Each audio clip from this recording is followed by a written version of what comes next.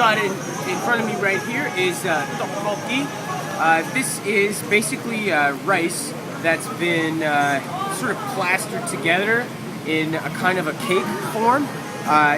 This is like actually a very popular street food.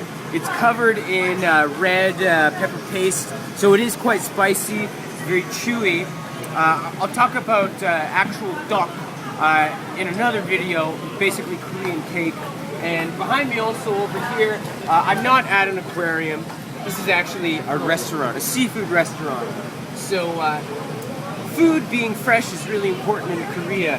How do you know if your seafood is fresh? Well, there's no better way than if it's on display right in front of your restaurant, showing you that what you're gonna eat is basically swimming alive right in front of you.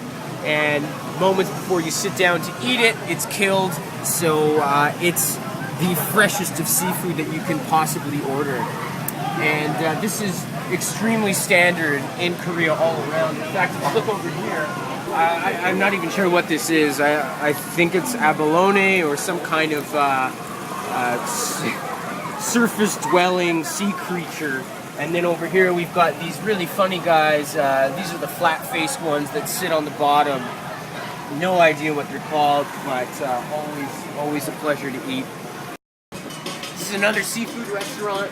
We've got all kinds of clams. And then, we've got the big thing right over here. Some great fish, as you can see. They're just waiting to be eaten by a couple of patrons, restaurant goers. Some more fish.